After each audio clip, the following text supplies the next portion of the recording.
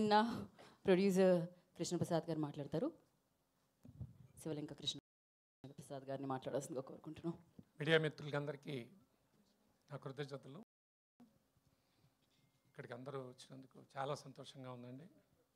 So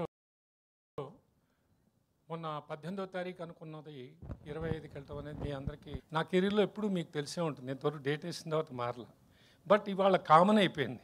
so we are all ఇక్కడ అంతా ప్రాజెక్ట్ని ఎంతో మనసు పెట్టి చేసుకుని ప్రాణం పెట్టి చేసుకున్న ఎంతో బాగా చేసిన మళ్ళీ మనం మార్కెటింగ్ అనేది వాళ్ళ అది నెక్స్ట్ అక్కడి నుంచి ఒక పెద్ద ఇది అంత బాగా మనం దీన్ని బట్ మార్కెటింగ్ చేయటం కూడా ఇంపార్టెంట్.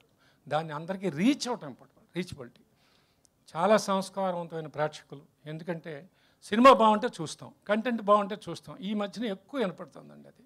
ఈ మధ్యన లేటెస్ట్గా 2-3 సినిమాలు మనకి ముఖ్యంగా కోర్టు ఎంత మంచి సినిమానో అందరికీ ఇప్పుడు ఎంటర్టైన్మెంట్ అంటారు. ఎంటర్టైన్మెంట్ అంటే కామెడీ కాదు, మన గుండె మన కూర్చోపెట్టగలిగేది ఎంటర్టైన్మెంట్. అది ఎమోషన్ కావచ్చు, యాక్షన్ కావచ్చు, in anything can be told.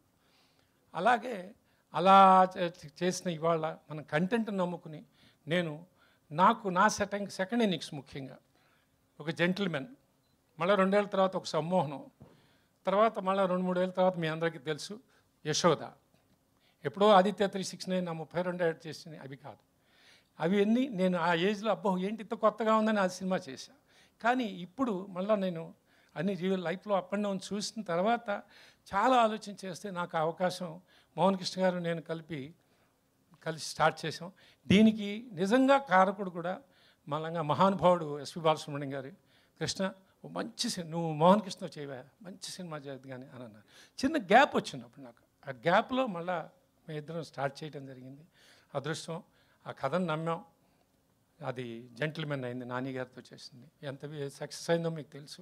తర్వాత 2 ఏళ్ల తర్వాత మళ్ళీ సమ్మోహనం చాలా బాగుంది ఇది అనిపించింది. సుధీర్ బాబు గారు అదితిరావు హైదరితో.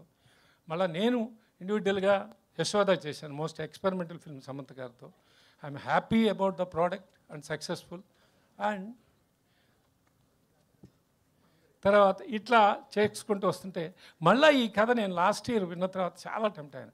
నా లైఫ్లో అంటే చిన్నోడు పెద్దోడు నాది కామెడీ సినిమానే.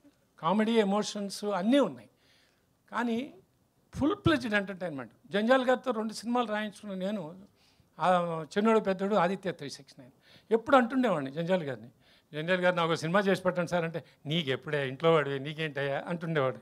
చివరికి ఆయనతో ఆ మహానుభావుడితో చేసుకునే అవకాశం లేకుండా ఒక ఫుల్ ప్లెజ్డ్ ఎంటర్టైన్మెంట్ చేయాలి, మంచి కామెడీ. అసలు ఎంత అద్భుతంగా ఉండాలంటే ఇంకా లోపలికి వెళ్తే అంత ఫీస్ట్ అలా అనిపించడంలో నాకు మోహన్ కృష్ణ గారు ఫుల్ నరేషన్. ఆయన ఏం చెప్పినా నాకు ఫుల్ ప్లెజ్డ్గా చెప్తారు. తర్వాత ఒక బైండింగ్ మొత్తం డైలాగ్తో సహా ఉన్న స్క్రిప్ట్ ఇచ్చారు. ఆ తర్వాత స్టార్ట్ అయిన సినిమా ఇది. అంత బాగా చేశానండి. Happy, I'm very happy about the product. 100% success నేను అంత హ్యాపీగా నమ్ముతున్నానండి. థ్యాంక్ యూ వెరీ మచ్ ఈ అవకాశం ఇచ్చినందుకు. Thank you. అదే సారీ ప్రతి పేరున చెప్తున్నానండి. నాకు ప్రియదర్శి గారు కానీ ఇవాళ పెర్ఫార్మెన్స్ అది మీరు సినిమాలో చూసినప్పుడు చెప్తారు, రెగ్యులర్గా మాట్లాడడం నాకు ఇష్టం లేదు. అట్లాగే వెన్నెల కిషోర్ గారు కానీ, అంటే ఒక రకంగా చెప్పాలంటే వెన్నెల కిషోర్ గారిని మేము దాదాపు 50 డేస్ ఈయన 50 రోజులు అంటే త్రూఅవుట్ హీరో గారు ఎంత చేశారో అంత చేశారు. అట్లాగే ఏంట్రా సెకండ్ హాఫ్లో వచ్చి నాకే ఇంత తెలిస్తున్నారు ఏంట్రా అని ఈయన అన్నారే.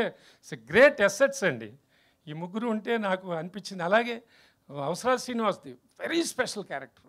భరణి గారు కానీ వీరి మన వడ్లమాన్ శ్రీనివాస్ గారి క్యారెక్టర్ ఆయన లాస్ట్ టైం చెప్పారు, ఇది మిస్ అయ్యారేమో కానీ చాలా పెద్ద క్యారెక్టర్, చాలా మంచి క్యారెక్టర్. నరేష్ గారు ముఖ్యంగా నరేష్ గారు అందరూ అసెట్స్ అండి ఈ సినిమాకి.